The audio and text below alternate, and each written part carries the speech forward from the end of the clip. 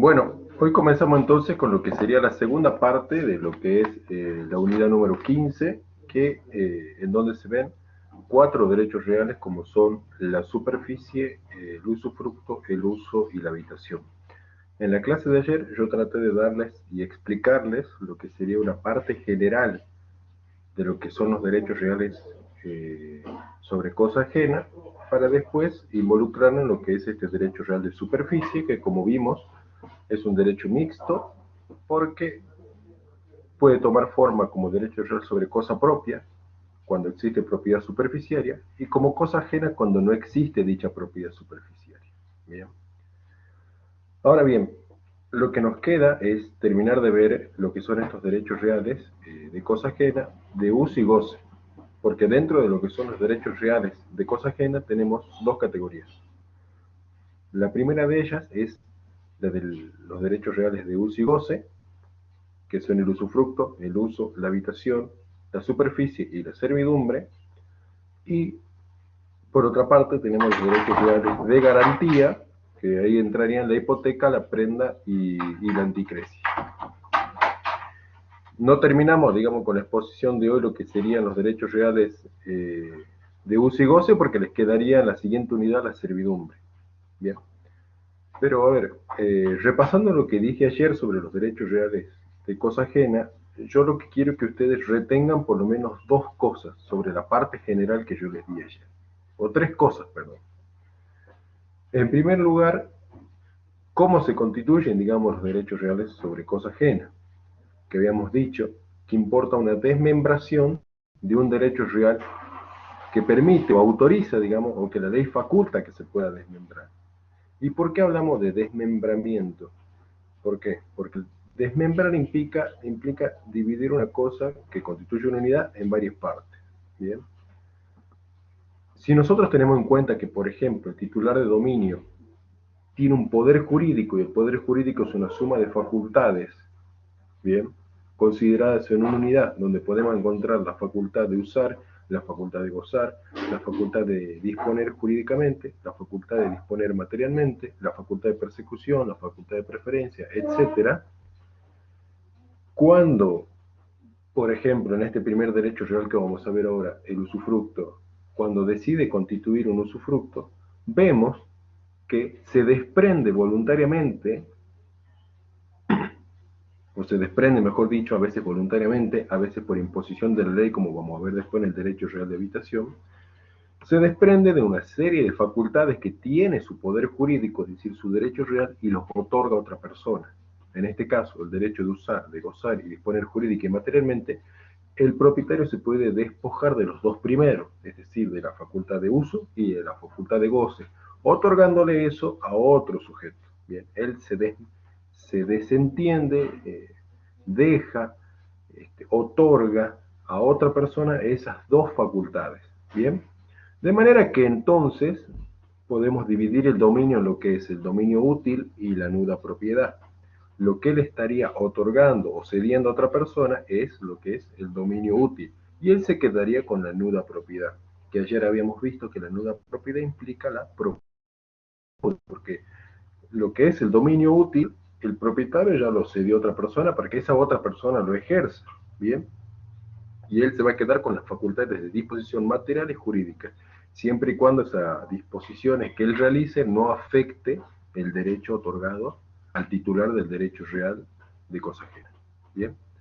Por lo tanto, y esto es la segunda cuestión, quien tiene un derecho sobre cosa ajena, desde el punto de vista del nudo propietario, sobre este pesa una carga o gravamen real.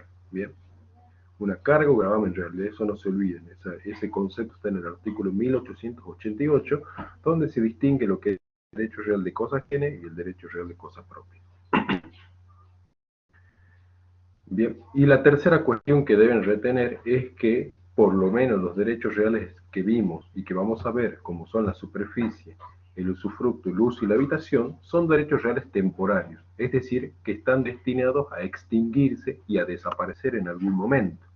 Y ahí viene la operatividad del principio de lo que se llama el principio de elasticidad, porque cuando se extingue este derecho real de cosa ajena, al nudo propietario le vuelven de nuevo las facultades que previamente le otorgó al constituir o al nacer el derecho real de cosa ajena.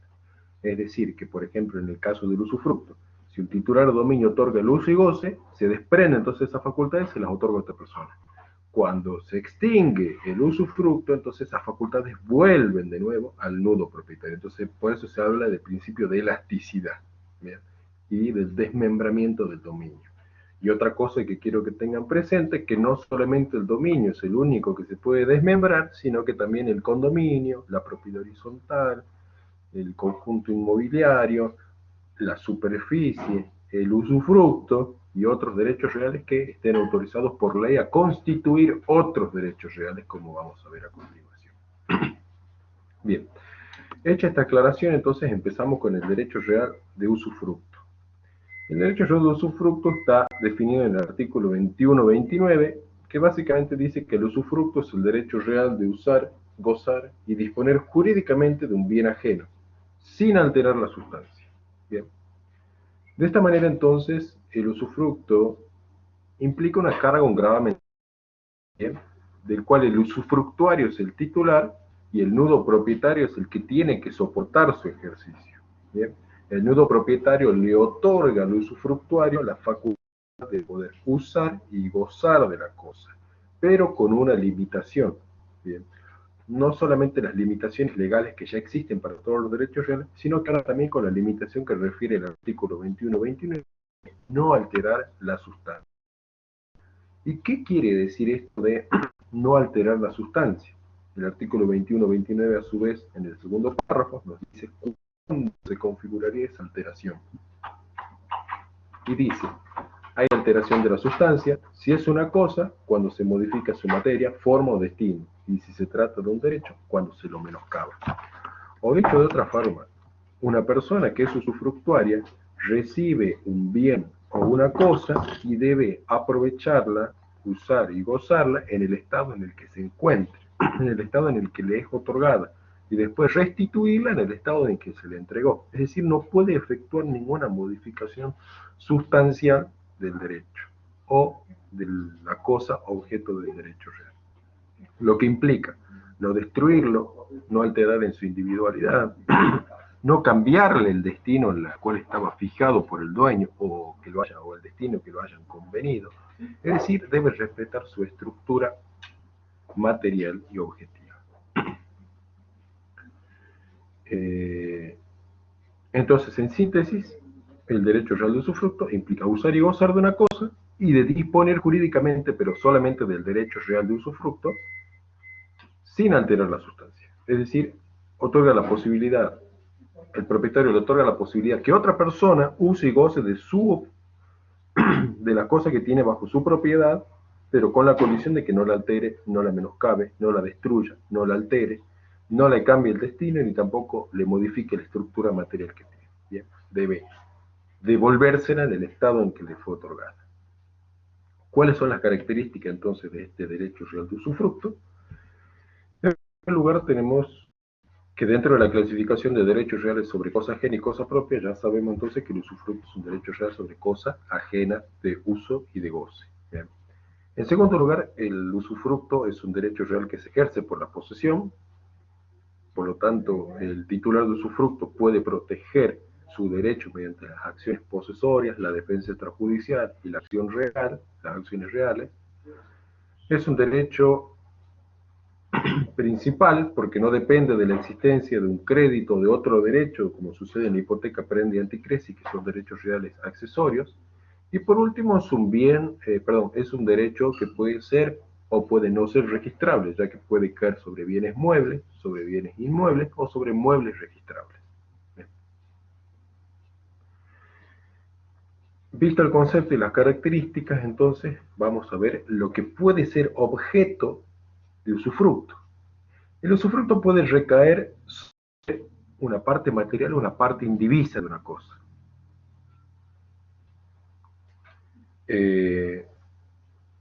Importante es tener presente que no solamente sobre partes materiales puede recaer el usufructo, sino que puede constituirse sobre una parte indivisa.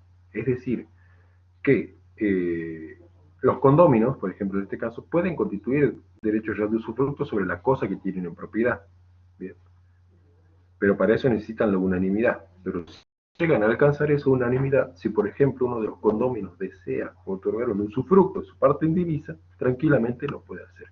Lo que no sucede, por ejemplo, en el derecho real de superficie y en el de habitación, los cuales sí o sí necesitan, en el caso de los condóminos, que todos los condóminos estén de acuerdo para que sobre esa misma cosa, un derecho de habitación o un derecho de superficie. Bien. Ahora bien, una cuestión importante, y es la que nos dice el artículo 2130, inciso A, es que el objeto del derecho real de usufructo solamente pueden ser las cosas no fungibles. ¿Cuál era la distinción entre cosas fungibles y cosas no fungibles? Las cosas fungibles eran aquellas que podían sustituirse, digamos, porque un individuo de su especie equivale a otro individuo de la misma especie. Bien. En cambio, las no fungibles son aquellas que son insustituibles. Con esto lo que se abre y lo que se dice con este nuevo Código Civil y Comercial es que desaparece lo que se llama el cuasi usufructo. No confundir con la cuasi posesión, que eso es otra cosa. El cuasi usufructo, que también desaparece en este código. No confundir cuasi usufructo, cuasi posesión. El cuasi usufructo es aquel que se podía constituir sobre cosas fungibles, es decir, sobre cosas que sean sustituibles. Por lo tanto, al momento del usufructuario devolver la cosa, podía devolver una cosa distinta a la otorgada, pero siempre y cuando sea de la misma especie, o podía consumirla, utilizarla para su destino, quizás era una cosa consumible, pero después devolverle al usufructuario la misma, la cosa de la misma especie. No la misma, pero va a ser de la misma especie. En cambio, establecer como regla de que el objeto del usufructo solamente puede ser una cosa no fungible, hace que el nudo propietario, cuando entregue la cosa objeto de usufructo al usufructuario, espere después, al momento de la extinción, la devolución de esa misma cosa, y no de otra cosa distinta, ni tampoco de la misma cosa, pero un equivalente a ella dentro de su misma especie.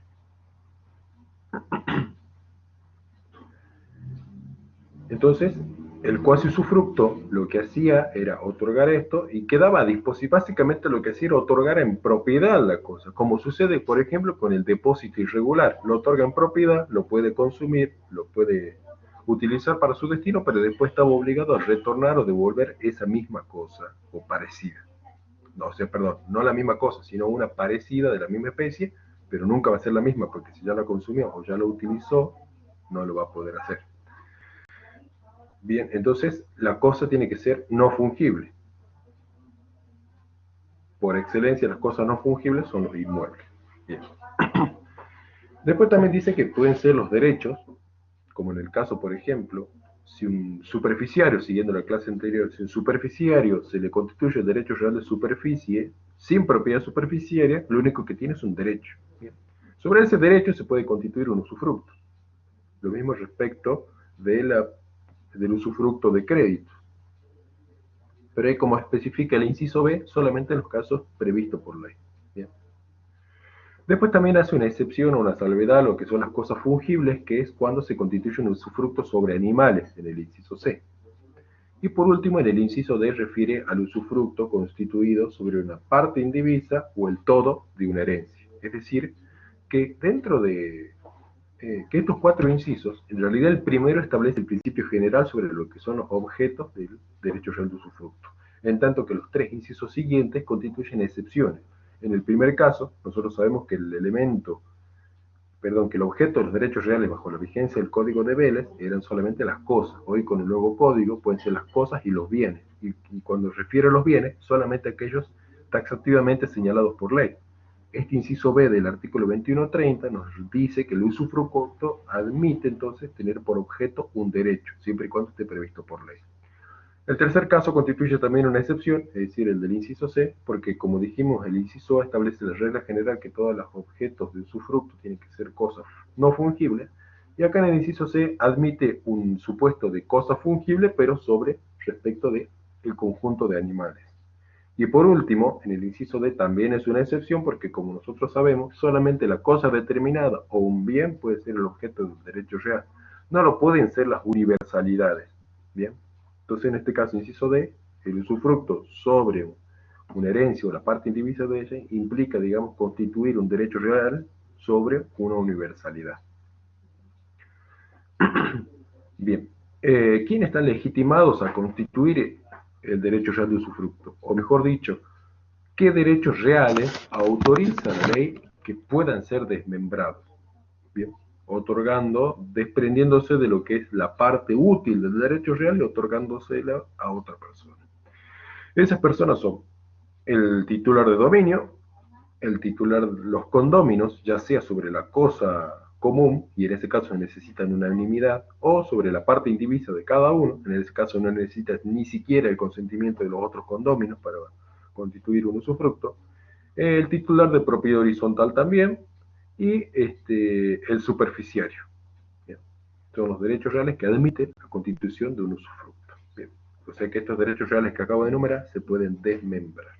Y de ahí otorgar algunas facultades que estos derechos reales poseen a un usufructuario. Ahora bien, los modos de constitución o de qué manera se puede adquirir un derecho real de usufructo. En primer lugar, nosotros tenemos el título y el modo, es decir, la adquisición derivada por actos entre vivos. Por lo tanto, necesita sí o sí el cumplimiento con el título suficiente y el modo suficiente, que en este derecho real de usufructo no podemos establecer una regla fija como pudimos hacerlo con la superficie, ya que la superficie es un derecho real inmobiliario. Bien. En el caso del usufructo, puede recaer sobre cosas muebles, registrables, no registrables y sobre inmuebles. Por lo tanto, el título suficiente va a depender entonces de su objeto. Si se trata de un inmueble, el título suficiente sí o sí va a necesitar una escritura pública. Si es una cosa mueble registrable, quizás no necesariamente la escritura pública, y si es una cosa mueble no registrable, obviamente el instrumento privado puede ser el título suficiente para la constitución del derecho real de usufructo. Con respecto al modo, como bien sabemos, en el caso de los inmuebles, el modo es la tradición posesoria, es decir, con la entrega material de la cosa, se constituiría el usufructo. En el caso de los bienes registrables, cuyo registro es constitutivo, será el registro o la inscripción registral lo que haga nacer el derecho real, por ejemplo, en el caso del usufructo sobre un automóvil, y en el caso de los bienes muebles no registrables, normalmente va a ser la tradición. En el caso de los inmuebles, bueno, vale decir que la inscripción registral sirve a los fines de la publicidad del derecho real de usufructo constituido. También admite el derecho real de usufructo a ser un derecho real que se ejerce por la posesión, su nacimiento mediante la usucapión, es decir, por la prescripción adquisitiva.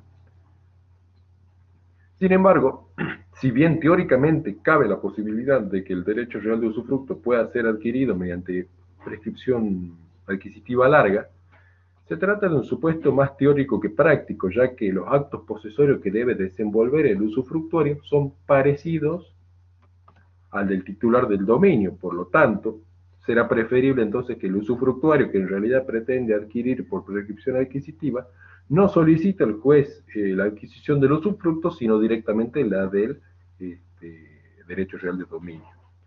En cambio, sí aparece la utilidad del derecho real, perdón, del usucapión breve, en el caso del usufructo, ya que, como bien sabemos, la usucapión breve lo que hace es sanear el título de los vicios que tiene, en el sujeto, recordando la clase de la unidad 3, si no me equivoco. Que hay justo título cuando sus otorgantes o no son capaces o no están legitimados al efecto. Bien, entonces, dependerá, digamos, si la cosa es mueble o la cosa es inmueble, el plazo que para el usucapión breve, y sí o sí se necesita la buena fe, el justo título, el transcurso del plazo y el transcurso del plazo. Bien. Y la posesión. Después, por último, también el usufructo puede ser constituido testamentariamente. Bien. Es decir, que se constituya por testamento. No es transmisible por causa de muerte. Bien. puede constituirse en un testamento siempre y cuando, después cuando lo verán en derecho sucesorio, no viole la legítima hereditaria. Bien.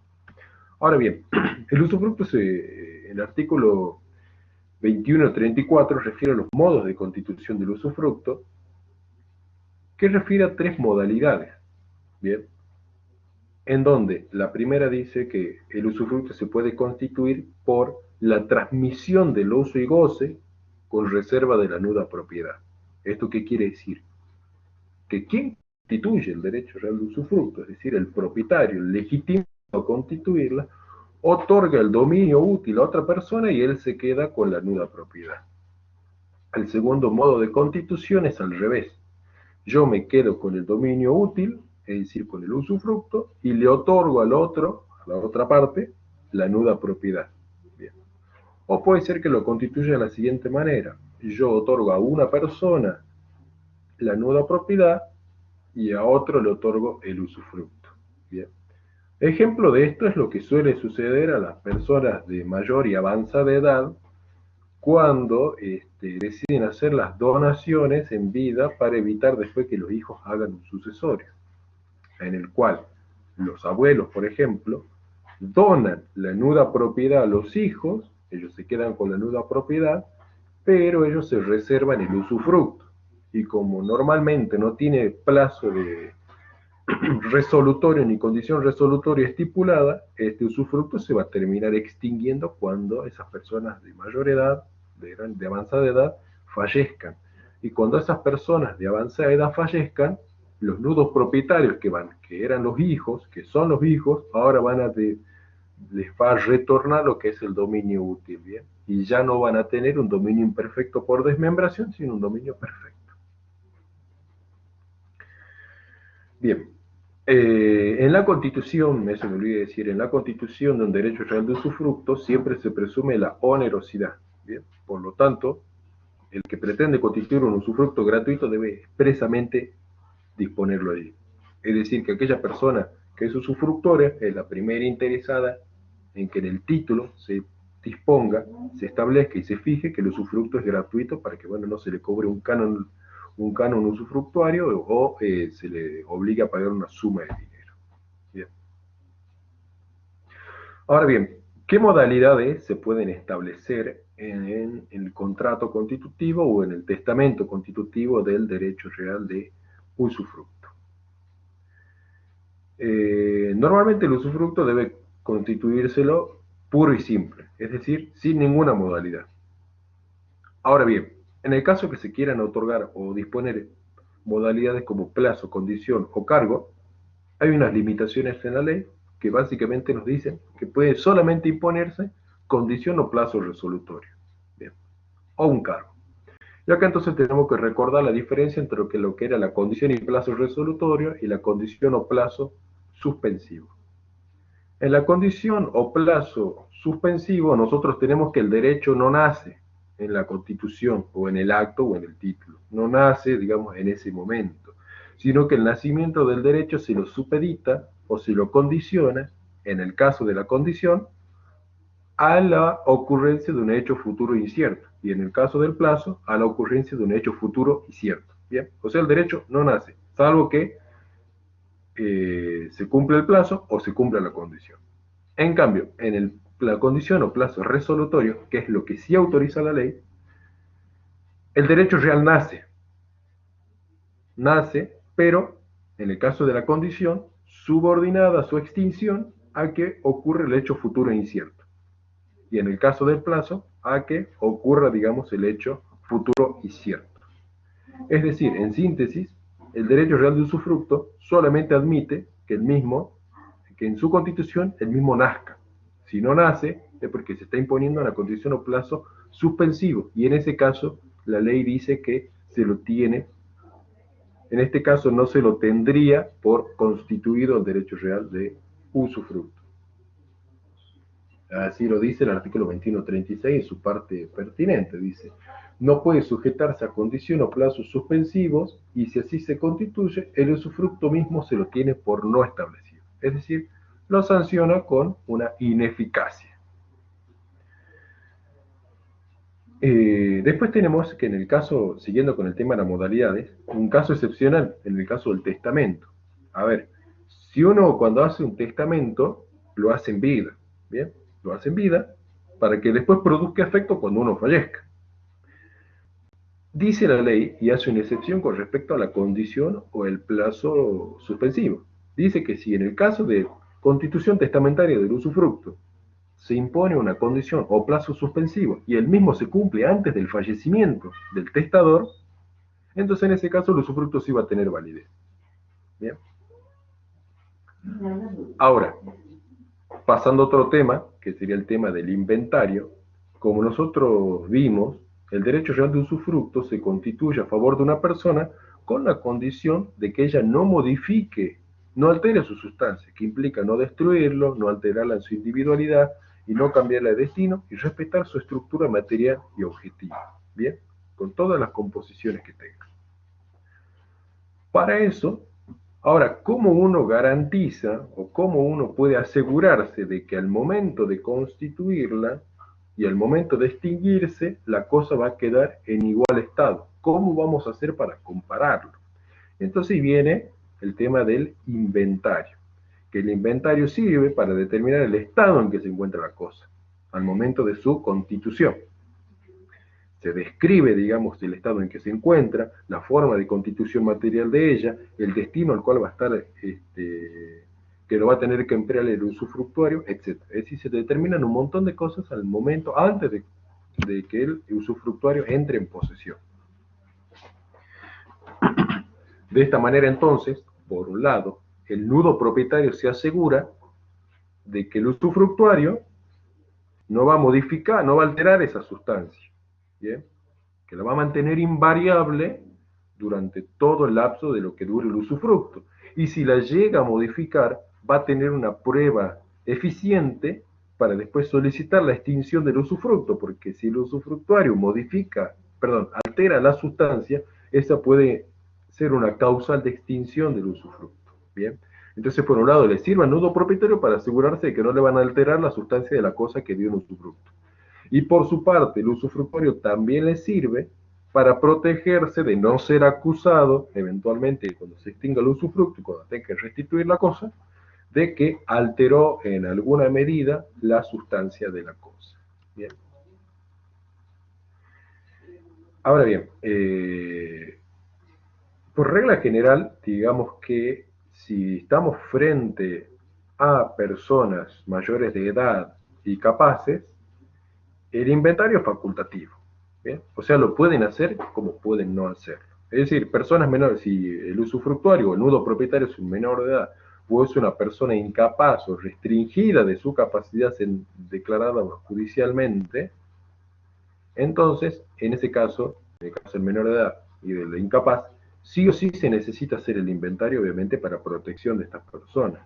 Y además no solamente es obligatorio hacerlo, sino que deben hacerlo por escritura pública. ¿Bien? También en el caso de que se constituya un usufructo testamentariamente, existe también la obligación de inventariar, es decir, hacer el inventario, y también por escritura pública. O sea, solo en el caso de que sean mayores de edad y capaces, el inventario es facultativo y se puede hacer por instrumento privado, siempre y cuando sean mayores de edad y capaces. Bien.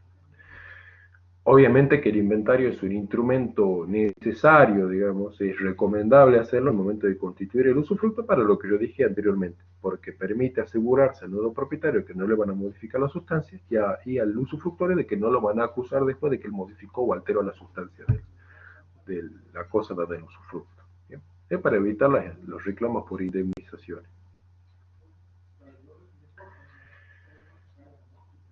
Ahora bien, existe una presunción respecto de este en el artículo 2138 que dice: la falta de inventario y de determinación del estado de los bienes hace presumir que se corresponden con la cantidad indicada en el título y que se encuentran en buen estado de conservación, excepto que se haya previsto lo contrario.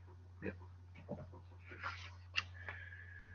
Ahora bien, otra cosa también vinculada, si el inventario está vinculado con la cuestión de la entrega de la cosa y conservarla en su mismo estado y restituirla y que se compruebe de que se encuentra en el mismo estado, vinculado con esto existe lo que es la garantía suficiente que está prevista en el artículo 2139, que refiere a que el usufructuario otorga una garantía suficiente al nudo propietario para el eventual caso de que o no restituya la cosa o la restituya con desperfecto, cosa de que el nudo propietario pueda tener a salvo su derecho a indemnización. ¿Bien? Así lo dispone básicamente el artículo 2139, que dice: en el acto de constitución puede establecerse la obligación previa al ingreso del uso y goce de otorgar garantía suficiente por la conservación y restitución de los bienes una vez extinguido el uso. Es una garantía suficiente que puede pedir el nudo propietario al usufructuario, que va a referir respecto de la conservación y la restitución de la cosa. Bien. Ahora bien, una cuestión importantísima dentro de lo que es el usufructo es, y que hace a su tipicidad obviamente, es la intransmisibilidad hereditaria de este derecho. Bien. Cuando nosotros hemos visto los derechos reales de cosa ajena, dijimos que estos derechos reales son temporarios. Bien. Es decir, tienen un plazo máximo de duración o de existencia. Si nosotros admitiéramos, a modo de ejemplo, que el usufructo sea transmisible por causa de muerte, es decir, que el usufructuario al fallecer, ese usufructo pasa a los herederos, estaríamos concediendo y desvirtuando, digamos, lo que es el dominio, porque el dominio desmembrado se mantendría en ese mismo estado y el nudo propietario nunca podría recuperar el dominio útil, que siempre estaría sujeto a un usufructo. Por eso entonces se limita, por lo menos en la transmisibilidad hereditaria, es decir, la sucesión por causa de muerte, la existencia del usufructo. Por lo tanto, el plazo máximo de duración que puede tener un usufructo es la vida del usufructuario. Puede tener un plazo menor, como dijimos, puede estar sujeta a plazo resolutorio o condición resolutoria. Si no está estipulada, entonces se entiende que el usufructo se le otorgó de forma vitalicia. Y una vez que el usufructuario fallece, entonces ese usufructo se extingue y el dominio útil retorna al nudo propietario, que ahora va a ser propietario. Ya no nudo propietario, porque ya no va a tener la propiedad desnuda, porque ya le va a retornar sus facultades que otorgó. ¿Bien? Ahora bien, como también he mencionado en la clase respecto a los derechos reales de cosa ajena, estos derechos reales lo que tenemos que tener en cuenta es que existe una relación no solamente del sujeto con la cosa, sino que también el sujeto con otro sujeto, pero en relación de la cosa. Porque esa cosa va a tener un propietario, es decir, un titular de derecho real sobre cosa propia, y aparte un titular de derecho real sobre cosa ajena. Y entonces por eso acá en la parte de los derechos reales sobre cosas ajenas vamos a encontrar los derechos y las obligaciones tanto del usufructuario, del usuario, del titular de habitación, del titular de servidumbre y del titular, perdón, de superficie, y por otra parte vamos a tener los derechos y las obligaciones del nudo propietario. Dentro de lo que son los derechos del usufructuario, nosotros sabemos que si a él se le otorgó la posibilidad de usar y de gozar de la cosa, eso implica que puede, en primer término, usar. ¿Qué quiere decir esto? Aprovechar para sus intereses o emplear la cosa según su destino para sus intereses. Bien. Y la de gozar es la de percepción de los frutos. En el artículo 2141 nosotros tenemos cómo es desde qué momento el usufructuario ya es titular de los frutos y puede empezar a percibirlo y hasta qué momento. Bien. Recordando que en el artículo 1934 nosotros tenemos los conceptos de fruto percibido, fruto devengado y frutos pendientes. Bien. A su vez, el titular de derecho real de usufructo puede constituir derecho real de uso, de habitación, servidumbre y anticresis. Y en esto me quiero detener, porque anteriormente, como nosotros vimos, han estudiado lo que es el dominio desmembrado, es decir, que el dominio se puede desmembrar, porque el titular puede despojarse de alguna facultad y otorgársela a otro sujeto, ¿bien? Con el cual va a establecer una relación directa con la cosa, porque le constituye a su favor un derecho real.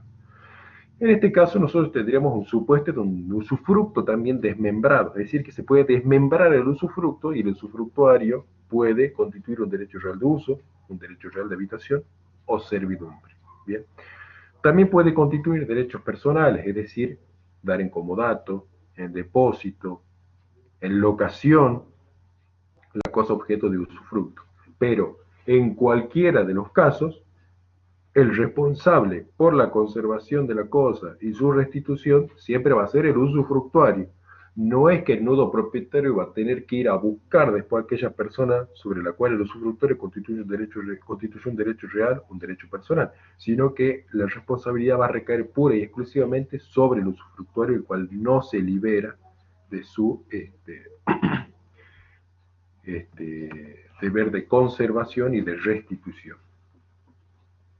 Cabe hacer una referencia al tema de los acreedores del usufructuario. El artículo 2144 dice, y vuelve de nuevo con respecto al tema de la garantía suficiente, que dice, si el acreedor del usufructuario ejecuta el derecho de usufructo, el adquirente del usufructo debe dar garantía suficiente al nuevo propietario de la conservación y restitución de los bienes.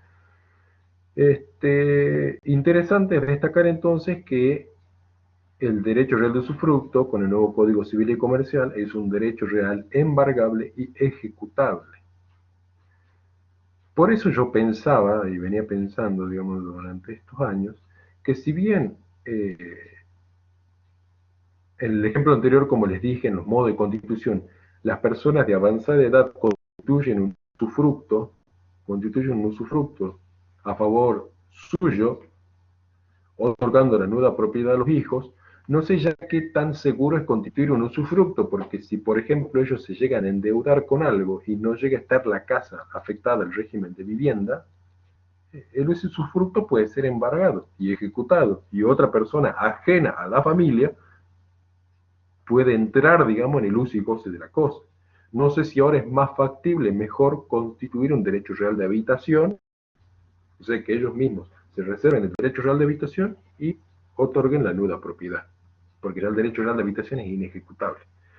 Bajo la vigencia del Código Civil de Vélez, el usufructo no era ejecutable, porque no era ni transmisible por actos de entrevivo. En cambio, en el Código Civil y Comercial nuevo, es transmisible por actos de entrevivo, no por causa de muerte, y por ello entonces también puede ser embargable y puede ser ejecutable. Con respecto a las obligaciones que tiene el usufructuario, la principal es conservar la cosa, no alterar la sustancia y restituirla en el plazo conveniente. ¿Bien? En el artículo 2145 nos dice que el uso y goce por el usufructuario debe ajustarse al destino de los bienes del usufructo, el que se determina por la convención, por la naturaleza de la cosa o por el uso al cual estaba afectado de hecho. ¿Bien? Después, con respecto a la restitución, volviendo al tema del inventario, al momento de restituir el usufructuario, la cosa o bien o objeto del usufructo debe restituirla en el estado en el cual está descrito en el inventario. ¿Bien? Porque para eso, como antes mencioné, es la finalidad del inventario, para determinar cuál es el estado de la cosa y si ese estado de la cosa se mantiene al momento de la restitución. Obviamente que hay que tener en cuenta el tema del transcurso del tiempo y de los desgastes o deterioros que por el transcurso del tiempo. Bien. Entonces, dos son las obligaciones. La primera, no alterar la sustancia, conservar la cosa y restituirla en su debido tiempo. Que para encima, para la restitución, también existe esa garantía suficiente. Por su parte, el nudo propietario mantiene, digamos, su propiedad desnuda, es decir, con la disposición jurídica y con la disposición material, que la puede emplear, digamos, o sea, puede hacer ejercicio de esos derechos siempre y cuando no moleste ni turbe la relación que existe entre el usufructuario y la cosa. Bien.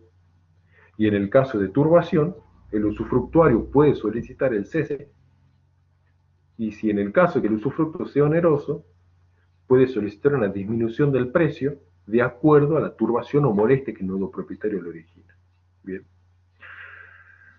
Hay veces que los alumnos les cuesta imaginarse un caso cuando se ven acciones reales o acciones posesorias en la que el que tiene la relación posesoria o el que tiene la facultad de proteger su derecho mediante acciones reales vaya en contra del propietario.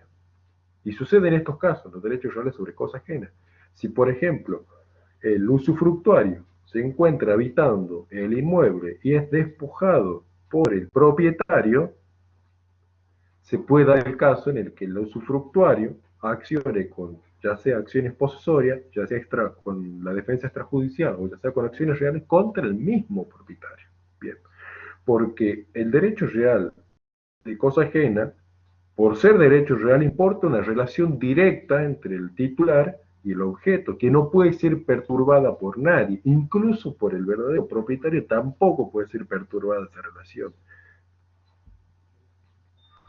Bien, ahora bien, terminamos entonces ahora con el tema de la extinción y los efectos de la extinción, que son, en el tema de la extinción, como ya sabemos, el artículo 1907 menciona los modos generales a todos los derechos reales de extinguirse un derecho real, que es con destrucción de la cosa, consolidación o abandono de ella. Estas tres modalidades se pueden aplicar al usufructo. Destrucción de la cosa, si la cosa se queda inutilizada o, bueno, pasa al dominio público del Estado, entonces el derecho real se extingue por falta de objeto. En el caso del abandono, también lo mismo. Mismo si es sobre el usufructo sobre un inmueble, se debe materializar mediante escritura pública. Este, Después también el tema de la consolidación, es decir, cuando el usufructuario deviene como propietario de la cosa, y como uno no puede tener un derecho real de cosa propia y de cosa ajena sobre la misma cosa, entonces el usufructuario deja de ser usufructuario, el usufructo se extingue y pasa a ser titular del dominio. Bien. Ahora bien, los modos especiales de extinción del usufructo están mencionados en el artículo 2152, el cual refiere, en primer lugar, al tema de la muerte, porque como nosotros sabemos, el plazo máximo del usufructo es la vida de la persona usufructuaria, ¿bien? Salvo que se haya pactado un plazo resolutorio o una condición resolutoria. Es decir, y recordando el concepto de resolutorio, que en el acto constitutivo del usufructo, hace el usufructo, pero se supedita su existencia a la ocurrencia de un hecho futuro incierto o a la ocurrencia de un hecho futuro incierto. En el primer caso estamos en una condición resolutoria, en el segundo en un plazo resolutorio. Si no se pacta un plazo resolutorio o no se pacta una condición resolutoria, entonces se entiende que el usufructo fue otorgado de forma vitalicia. ¿Y qué sucede entonces? Por ejemplo, como la condición implica supeditar la existencia del usufructo a un hecho futuro incierto, ¿qué pasa si ese hecho no ocurre? Y bueno, se deberá estar a la muerte o al fallecimiento del usufructuario. Asimismo, también tengamos en cuenta de que como el usufructo puede ser transmitido por actos entre vivos, lo que el usufructuario transmite ni la nuda propiedad, porque él no es el titular de eso, sino que lo único que puede transmitir es su uso y goce como usufructuario y otorgárselo a otra persona. Es decir, tenemos el nudo propietario, que tiene la facultad de usar, gozar, disponer jurídica y materialmente. Al constituir el usufructo se desprende de estas dos facultades y se la otorga al usufructuario, ¿bien? Que tiene dos facultades solamente. Al constituir, por ejemplo, un derecho real de uso, también desmembra un poco su derecho real de usufructo, aunque limitado, de forma limitada, y establece a favor de otro un derecho real de uso sobre el objeto del usufructo. Ahora, si él constituye un derecho real de usufructo, es decir, transmite su derecho real de usufructo, estaría transmitiendo estas dos facultades a otro usufructuario y él quedaría despojado de estas facultades. ¿Bien? Y de esa manera, ¿cómo se extingue o cuándo se extinguiría el usufructo? Se va a tener en cuenta la condición o el plazo resolutorio establecido en el título o la muerte del usufructuario originario. ¿Por qué? Porque el usufructo no solamente se puede transmitir una vez, sino las veces que se quiera transmitir. ¿Bien? Por lo tanto, y no es que en cada caso se va a estar teniendo en cuenta la vida del usufructuario que recibe el derecho, o a favor de quién se constituye el usufructo, sino que solamente se va a tener en cuenta la vida del primer usufructuario, es decir, del usufructuario originario. Con respecto a las personas jurídicas, dentro de lo que son el usufructo, el uso y la habitación, las personas jurídicas solamente se puede constituir usufructo. Uso y habitación, no, como ya lo vamos a ver enseguida. Y también el plazo en este caso es mediante una condición o plazo resolutorio o, como mucho, a favor de una persona jurídica puede durar 50 años un usufructo. El tercer caso es el no uso, ¿bien? Que es un modo extintivo general de los derechos reales de uso y goce. Es decir, que el usufructuario no emplee, digamos, a su favor el derecho real constituido en su cabeza, ¿bien? Por el no uso durante 10 años. Y después, por último, y muy interesante y vinculado con el concepto de usufructo, está el uso abusivo, ¿bien? Cuando el nudo propietario, de acuerdo al inventario que se haya trazado y de acuerdo al destino que la cosa tenía, ya sea que se haya pactado por la convención, ya sea que se determina por la naturaleza de la cosa o a la cual estaba afectada el hecho, observe el nudo propietario de que el usufructuario está haciendo un uso abusivo, es decir, alterando la sustancia o haciendo un uso más allá del autorizado en el título. Bien. En ese caso, entonces, el nudo propietario queda habilitado para realizar una acción judicial para declarar extinguido el usufructo. Bien. Por eso es interesante el tema de que el usufructuario respete los límites de este derecho real autónomo y típico, es decir, no alterar la sustancia. Si llega a alterar la sustancia, entonces el nudo propietario puede dar por extinguido o hacer extinguir ese usufructo por el uso abusivo, como lo autoriza el artículo 2152, inciso B. Como dice acá, ¿ve?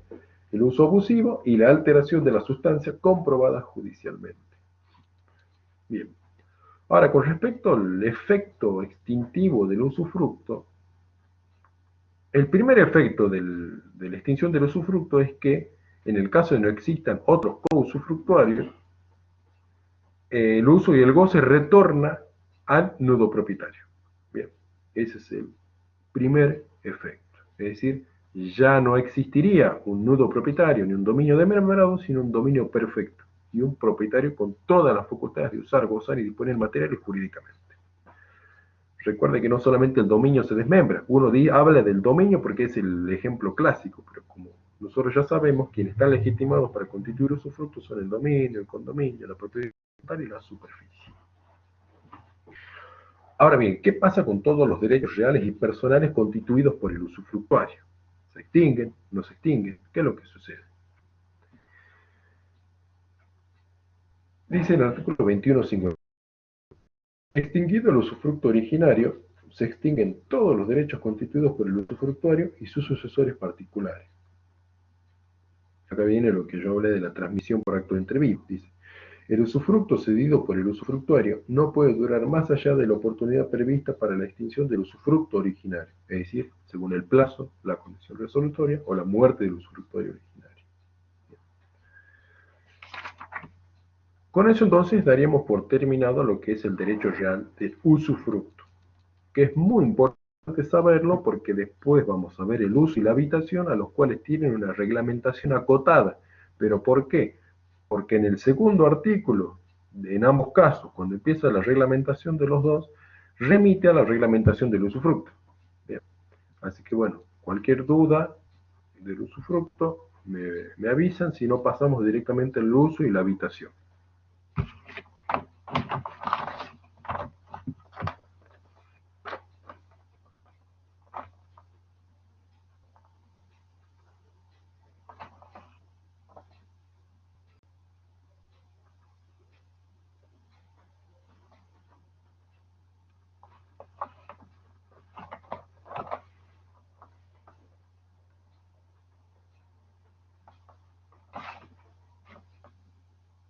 Bueno, seguimos entonces con el uso, con el derecho real de uso y con el derecho real de habitación. El derecho real de uso antiguamente nace por una distinción con el usufructo. Como el usufructo en su denominación, la palabra usu y fructu, entonces se entendía que el usufructo era usar y gozar de la cosa, es decir, utilizarla para provecho de uno y aparte percibir los frutos civiles, industriales o naturales de que esa cosa derive. En cambio, el uso parece que era destinado solamente para el uso, es decir, el aprovechamiento de la cosa sin poder percibir los frutos que esa cosa provoca. Bien, pero eso era en la antigüedad, una distinción que existía entre el uso y el usufructo. Hoy, con el Código Civil y Comercial y tanto con el Código Civil de Vélez, esa distinción no existe. Tanto el usufructuario como el titular del derecho real de uso pueden usar y gozar. Bien. ¿Cuál es la diferencia entonces entre el derecho real de usufructo y el derecho real de uso? Va a surgir del concepto otorgado en el artículo 2154 del derecho real de uso, que es básicamente que el uso es un usufructo más limitado, ¿bien? Por el título constitutivo. Y si no existe esa limitación en el título constitutivo, se entiende que se constituye un usufructo y no un uso. ¿Bien? Dice el artículo 2154. El uso es el derecho real que consiste en usar y gozar de una cosa ajena, su parte material o indivisa, en la extensión y con los límites establecidos en el título, otra vez sin alterar la sustancia. Si el título no establece la extensión del uso y goce, se entiende que se constituye un usufructo. Cuando vemos el artículo 1888, nosotros tenemos que las cosas se presumen sin cargo o gravamen real, es decir, quien alegue la existencia de un derecho real, ser titular de un derecho real de cosa ajena, debe probarla. Bien, el nudo propietario no está obligado a probar que existe una carga o gravamen real sobre su cosa. Bien, y ahora, la interpretación tiene que ser de carácter restrictivo. Bien, así lo dispone el artículo 1888. Ya les voy a decir por qué refiero esto. Dice, con relación al dueño de la cosa, los derechos reales sobre cosa ajena constituyen cargas o gravámenes reales. Las cosas se presumen sin gravamen, excepto prueba en contrario. O sea, tiene que probarlo el titular de la carga o gravamen real. Toda duda sobre la existencia de un gravamen real, su extensión o el modo de ejercicio se interpreta a favor del titular del bien grabado.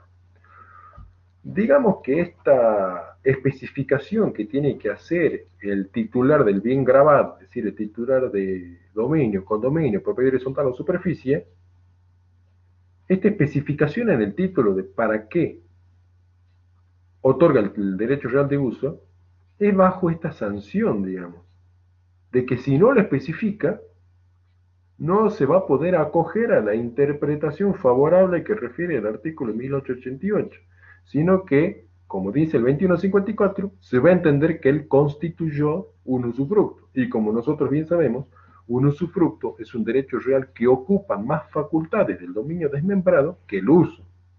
Por lo tanto, la interpretación esta que dice que será interpretación favorable a favor del titular del bien grabado, no va a existir en este caso cuando se quiera constituir un derecho real de uso y no se especifica en el título la extensión. Bien. Como características del derecho real de uso, tenemos que es un derecho real sobre cosa ajena, de uso y goce, principal, que se ejerce por la posesión y que puede ser o no ser registrable, depende de la cosa sobre la que recaiga. Los legitimados a constituirla son el dominio, condominio, propiedad horizontal o superficie. Básicamente estoy repitiendo todo lo que dice sobre el usufructo, porque el artículo 2155 dice, se aplican al uso las normas del título octavo, es decir, la del usufructo, a excepción de las disposiciones particulares establecidas en la presente. ¿Cuáles son esas disposiciones específicas que no se aplicarían en el uso? La primera es que el derecho real de uso solamente se constituye a favor de persona humana, no persona jurídica. Eso lo dice al final del artículo 2154. La otra es que, como vimos, el titular de derecho real de usufructo puede constituir tanto derechos reales como derechos personales sobre la cosa sobre la que recae su usufructo. En cambio, en el caso del derecho real de uso, solamente puede constituir derechos personales. Le queda censurada la posibilidad de constituir derechos reales. uso, lo dice el artículo 2156. Y el 2157 reafirma el hecho de que el uso también puede ser transmisible por actos entre vivos, pero no por causa de muerte, porque al respecto no lo habilita, digamos, este título a la transmisión hereditaria por causa de muerte del uso. Si está censurada para el usufructo, va a estar censurada para el uso. Sin embargo, no dice nada respecto a restringir la posibilidad de transmitirlo por acto entre vivo, por lo tanto, si el usufructo se puede transmitir, el uso también se puede transmitir. Por eso en el artículo 2157 también refiere a la ejecución por parte de los acreedores, que dice los frutos no pueden ser embargados por los acreedores cuando el uso de estos se limita a las necesidades del usuario y su familia. Establece un límite para la embargabilidad y ejecutabilidad de los frutos que se perciben en razón del derecho real de uso, que si son para las necesidades titular del derecho real o su familia, no se pueden embargar y ejecutar. En cambio, si las excede, solamente puede embargarse o ejecutarse en lo que exceda. Bien. Y eso básicamente sería el derecho real de uso. El que sí me interesa detenerme en el derecho real de habitación, que también, como el usufructo, el uso y el uso están mencionados en el artículo 1887 y constituyen derechos reales sobre cosa ajena, que se ejercen por la posesión, son derechos reales principales, y en este caso específico del derecho real de habitación, como es un derecho real inmobiliario, es obviamente registrable, a los fines de la publicidad y no de la constitución del derecho real. ¿Quiénes son los legitimados a constituirlo? El dominio, con título de condominio, dominio, condominio, propiedad horizontal y superficie.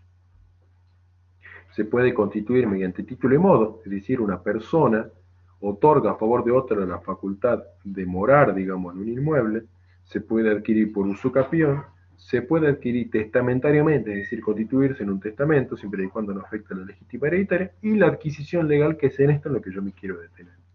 Pero a ver, primero veamos el concepto. Dice, el derecho real de habitación, la habitación es el derecho real que consiste en morar en un inmueble ajeno, construido o en parte material de él, sin alterar la sustancia. ¿Bien?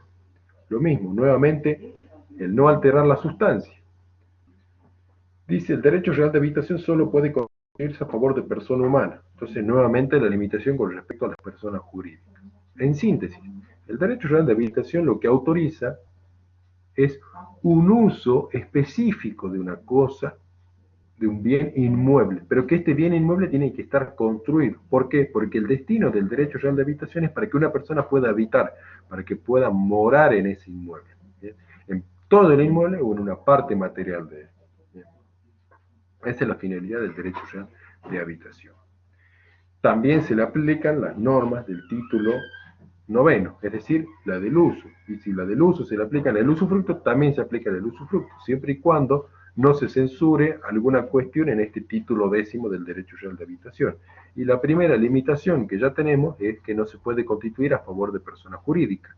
La segunda limitación, que es la que no tienen el derecho real de usufructo y el derecho real de uso, es que el derecho real de habitación ya no se puede transmitir por actos entre vivos. Es decir, es un derecho real intuito personal, o sea, es un derecho real personalísimo. Se lo otorga a persona determinada y esta persona no puede transmitirlo. Bien. Puede ser establecida por una condición, un plazo resolutorio, o si no se lo establece y se entiende que la habitación dura la vida del titular de derecho real de habitación, pero lo que no puede hacer este titular de derecho real de habitación es modificar la sustancia o alterar su sustancia, no la puede transmitir a, por actos entre vivos y tampoco puede constituir derechos reales ni personales y tampoco es ejecutable por acreedores. Bien. En síntesis, si nosotros tenemos la facultad de disposición material, disposición jurídica, uso y goce, digamos que solamente el derecho real de habitación te permite la facultad de un uso bastante limitado, solamente para morar en el inmueble, y nada más. Bien, ahora, y a lo que me interesa, vamos a los derechos reales de habitación del cónyuge supérstite y el derecho real de habitación del conviviente supérstite. Se trata de adquisiciones legales. Nosotros cuando vimos el tema de las adquisiciones legales, distinguimos lo que es la creación legal de la adquisición legal. La creación legal alude a que a que la ley es la única que puede crear los derechos reales que existen en la ley argentina. Y ellos están enumerados a modo de ejemplo en el artículo 1887 y en otras leyes especiales, ¿bien? Donde se crea, donde se autoriza, donde la ley permite que determinado derecho real exista en el derecho real argentino. ¿Bien? Ahora, la adquisición legal supone otra cosa distinta, nada que ver con lo del recién. Que una vez que el derecho real se encuentra autorizado y creado por la ley, en algunos casos la ley autoriza que, dándose determinados supuestos y dándose determinadas circunstancias, un derecho real nazca a favor de una persona, que es en este caso del derecho real del conviviente supérstite y del cónyuge supérstite.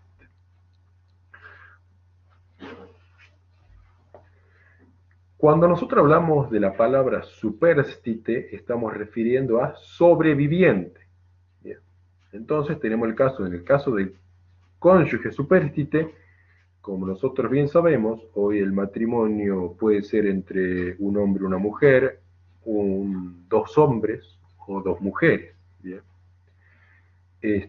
Cualquier cónyuge que sobreviva a su otro cónyuge puede ser beneficiario de este derecho real de habitación, ¿bien?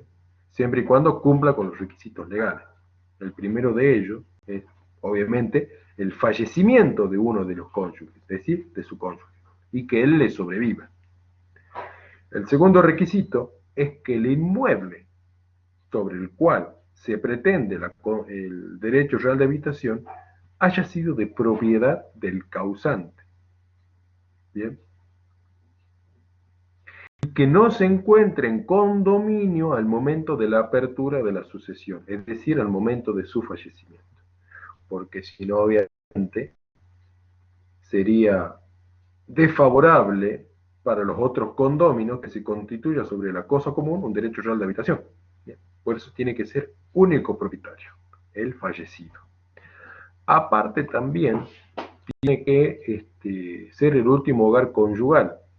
¿Qué es lo que sucede con esto? Que normalmente, como por ser el lugar donde ambos cónyuges convivían, quizás entre los dos, es decir, el supérstite y el que falleció, principalmente el supérstite, quizás colaboraba con el mantenimiento, con algunas refacciones, con algunas construcciones, y era el lugar donde pasó, digamos, gran parte de su matrimonio. Y aparte, el otro requisito es que existan otros herederos. Bien. ¿Por qué? A ver, yo les voy a dar un supuesto que le queden claro cuál es la funcionalidad de este derecho real y bueno, básicamente es explicarle un caso práctico que yo tengo ahora. Supongamos que el señor Juan se casa con una señora, tiene 9 hijos, después se divorcia y al tiempo se casa con otra señora y ambos viven en el inmueble del cual él es propietario. 100% propietario, viven durante 5 años ahí, ya se vuelven a casar, digamos, a los 2 años de estar en pareja, por lo tanto matrimonio 3 años, y el señor Juan fallece. Con esta última señora, es decir, con la señora del segundo matrimonio, no tuvo hijos. Si nosotros vamos al derecho sucesorio, vamos a ver que como el inmueble es un 100% del señor, si constituía un bien ganancial, entonces le corresponde el 50% a la cónyuge supérstite. Y el otro 50% se dividirá entre los 9 hijos. Si era un bien propio, es entonces el cónyuge participa como si fuera un heredero más. Por lo tanto, la señora va a tener una 10ª parte del inmueble, no la mitad. Bien. Y entraría en un estado parecido a la del condominio, porque es el estado de indivisión hereditaria y que por lo tanto se rige por las mismas normas del condominio y que por lo tanto cualquiera de los herederos puede solicitar la partición de la cosa, o es más, puede designarse un administrador, o perdón, ir a la asamblea, en el caso de que no la quieran administrar, y resolver lo que la mayoría quiere. En este caso estamos 9 contra 1. Aunque bueno, si el bien es ganancial, bueno, va a ser la señora va a tener el 50% y el otro van a tener el otro 50%. Así que decidiría la suerte en ese caso. Pero supongamos que ellos quieren que la señora se vaya, o quieren vender el inmueble. ¿Bien? Como nosotros sabemos, en el condominio y en el estado de indivisión, cualquiera que pueda pedir la partición de la cosa, la puede pedir y puede exigir judicialmente la venta del inmueble. ¿Y no sería injusto que esta señora se tenga que ir de ese lugar si fue el último hogar conyugal? Y parece que sí, digamos. Entonces, en este caso, el derecho real que se constituye legalmente a favor del cónyuge supérstite cuando se dan estos requisitos que acabo de mencionar,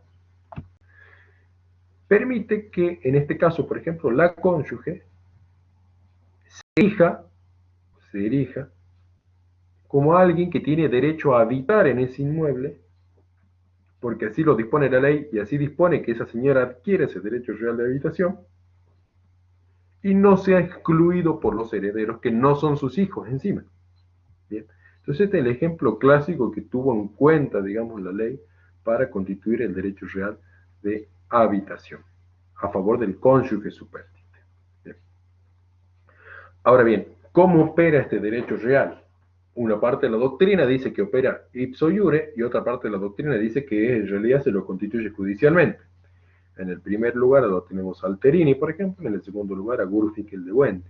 A mí me convence, por ejemplo, mucho más que en realidad se constituye ipso iure, porque esa es la calidad de los derechos que se constituyen de manera originaria. Como nosotros, si volvemos a la unidad 3, vimos que las adquisiciones legales son adquisiciones originarias, ¿bien? Que operan en ese mismo momento, pero que necesita su reconocimiento judicial para que el mismo pueda ser eventualmente y después inscripto en inmuebles para su oponibilidad. Pero ya el derecho real nace, desde mi punto de vista. No es que la señora tiene que acudir al juez para que el juez recién constituya el derecho real, no, sino que en realidad el juez para mí lo que hace es declarar la existencia del derecho real y este, mandar a que se lo inscriba en el registro de inmuebles. Bien. Este derecho real de habitación al cónyuge supérstite tiene los caracteres de gratuito y de vitalicio. Distinto de lo que sucede con el derecho real de habitación a favor del conviviente supérstite, que tiene casi los mismos requisitos, o sea que el inmueble sea de propiedad del fallecido, del conviviente fallecido, que no lo tenga en condominio, que haya sido el último hogar donde convivieron y que aparte el conviviente carezca de una vivienda propia habitable o que no tenga bienes para poder procurársela por sí mismo. Y entonces en este caso se establece un derecho real de habitación temporario, que dura como mucho 2 años. Y esa es la diferencia esencial entre el derecho real de habitación del cónyuge supérstite con la del conviviente. Por eso yo quería hacer hincapié en este derecho real, porque hay que estar atento, digamos, cuando uno recibe un caso sucesorio, si el cónyuge se le puede invocar, digamos, este derecho real que muy poco lo conoce. Si bien el derecho real de habitación creo que tiene utilidad solamente por esto, eso no quita que también se lo pueda constituir mediante título y modo, se puede adquirir por usucapión, que en este caso sería muy raro porque sucede lo mismo que el usufructo, los actos posesorios son los mismos que haría el titular de dominio, por lo tanto prefiero adquirir un dominio, no una habitación, y también se puede adquirir por disposición testamentaria. Bien. Así que bueno, eso entonces fue la descripción de lo que son los derechos reales de uso y goce, como son la superficie en la clase anterior, y ahora el usufructo, el uso y la habitación. Para finalizar los derechos reales de uso y goce, todavía falta la servidumbre, que eso lo van a ver en la próxima clase, y les adelanto que es un derecho real inmobiliario, donde tenemos un fondo sirviente y un fondo dominante, donde el fondo sirviente otorga una utilidad al fondo dominante. ¿Bien? Así que bueno, cualquier duda entonces la mandan al foro y vamos a estar atentos para responder.